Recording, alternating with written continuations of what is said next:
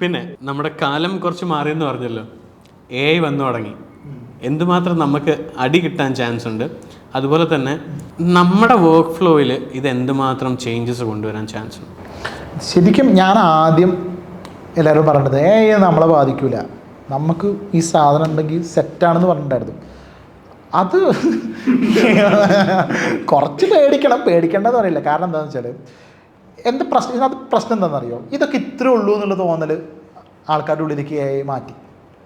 കാരണം നമ്മളിപ്പം ഒരു കാലത്തൊരു സാധനം നമ്മുടെ സ്കില്ല് മാത്രം കണ്ട് ആൾക്കാരെ ഇമ്പ്രസ് ചെയ്യിപ്പിച്ചുകൊണ്ടിരുന്ന സാധനം ഒരു ടൈപ്പിൽ കിട്ടുമ്പോൾ നമ്മുടെ സാധനത്തിന് നമ്മളിത്ര അത് നമ്മൾ മാറണം കേട്ടോ. ഞാനതിനെ കുറ്റമായിട്ട് പറയില്ല. അപ്പോൾ ആൾക്കാർ പറഞ്ഞു ഇതിപ്പോൾ ഇങ്ങനെ കിട്ടുന്നുണ്ടല്ലോ എന്നുള്ള സംഭവത്തിലേക്ക് വരുന്നു. ഇറങ്ങിയിട്ട് ഏകദേശം 1-2 കൂടി പോയൊരു 3 വർഷം ആയിട്ടുള്ളൂ. എത്രയായി? 2 വർഷമൊക്കെ ആയിട്ടുള്ളൂ. എന്നിട്ട് ഇങ്ങനൊരു ഔട്ട് വരുന്നുണ്ടെങ്കിൽ ഒരു 10 കൊല്ലം കഴിഞ്ഞ് എന്തായിരിക്കും അവസ്ഥ എന്നുള്ളൊരു സംഭവമുണ്ട്. ഇത് ഗുണം ചെയ്തിട്ടുണ്ട്, ഇല്ലയെന്നല്ല. അത് നമ്മുടെ വർക്ക് ഫ്ലോയിൽ ഇപ്പോൾ ഒരു കാര്യം പറയുകയാണെന്നുണ്ടെങ്കിൽ റിമൂവലിൻ്റെ കേസ് തന്നെ എടുക്കാം. ഇപ്പോൾ എനിക്കൊരു വിഷ്വൽ കിട്ടുമ്പോൾ ബാക്ക്ഗ്രൗണ്ടിൽ ഒരു അൺവാണ്ടഡ് ആയിട്ടുള്ളൊരു ഒബ്ജക്റ്റ് ഉണ്ട്. പണ്ട് ഞാൻ ഈ ഒരു ഫ്രെയിം മാത്രം എക്സ്പോർട്ട് ചെയ്ത് ഫോട്ടോഷോപ്പിൽ കൊണ്ടുപോയി അവിടെ ക്ലോൺ സ്റ്റാമ്പ് അടിക്കണം. ക്ലോൺ സ്റ്റാമ്പ് അടിച്ചാൽ തന്നെ ചിലപ്പോൾ അതിൻ്റെ പാച്ചൊക്കെ അറിയാൻ പറ്റും അല്ലേ. ഈ സാധനം ഇപ്പോൾ എളുപ്പമാണ്. വെറുതെ സെലക്ട് ചെയ്തിട്ട് റിമൂവ് എടുത്തു കഴിഞ്ഞാൽ സാധനം പോയി. ഏതിലാണ്? ഫോട്ടോഷോപ്പിൽ ജനറേറ്റീവ് ഫിൽ എന്ന് പറഞ്ഞ ഓപ്ഷൻ ഉണ്ടല്ലോ. അപ്പം ജസ്റ്റ് ആ ഏരിയ മാത്രം സെലക്ട് ചെയ്ത് ജനറേറ്റീവ് റിമൂവ് അടിച്ചാൽ മതി. നമുക്ക് അതായത് ഇപ്പം എത്ര വലിയ കോംപ്ലിക്കേറ്റഡ് ആയിട്ടുള്ള സാധനമാണെങ്കിൽ ആ റിമൂവ് അടിച്ചാൽ ഒരാൾ പോലും മനസ്സിലാവാത്ത രീതിയിൽ ആ സാധനം റിമൂവ് ആയി. പക്ഷേ ഞാൻ ഒരു കാര്യം ചോദിക്കട്ടെ, നമ്മളിപ്പോൾ ഒരു വീഡിയോയിൽ ഒരു ഫ്രെയിം എടുത്തിട്ടാണ് ജനറേറ്റീവ് ഫില്ല് ചെയ്യുന്നത്. അപ്പോൾ മൾട്ടിപ്പിൾ ഫ്രെയിംസ് വരുമ്പോൾ സെയിം ജനറേറ്റീവ് ഫില്ല് തന്നെ വരുമോ?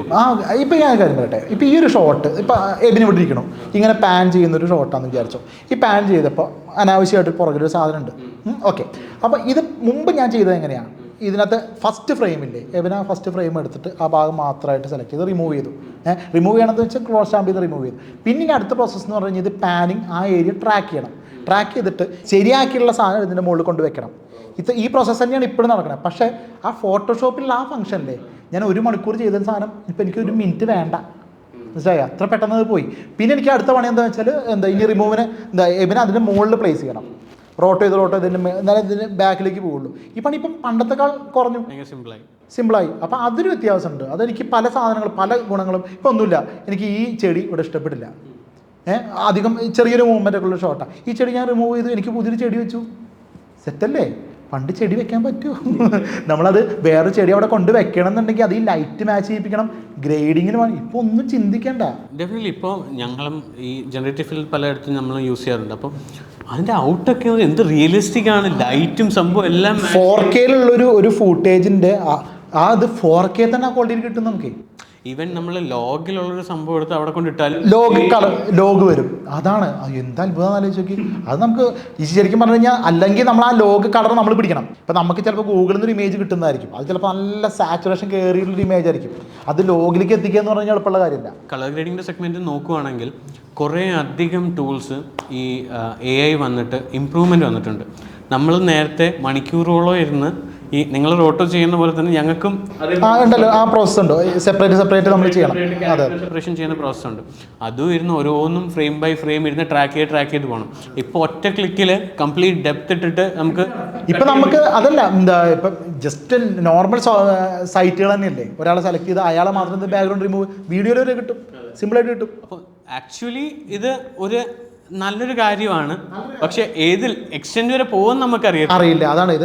ഇപ്പം എന്താ പ്രശ്നം എന്ന് വെച്ചാൽ ഒരു സിനിമ അടക്കം ഇപ്പം ടൈപ്പ് ചെയ്ത് കയറ്റി ഉണ്ടാക്കുന്നുണ്ട്. ഇപ്പം 2 വർഷം കൊണ്ട് പെർഫെക്ഷൻ കുറവാണെങ്കിലും 10 വർഷം അത് പെർഫെക്ഷൻ ആവാം. പക്ഷേ ഇപ്പോൾ എനിക്ക് തോന്നുന്നു ഫേസ് ചെയ്യുന്ന ഒരേ ഒരു റീസൺ എന്ന് വെച്ചാൽ കൺസിസ്റ്റൻസിയാണ്.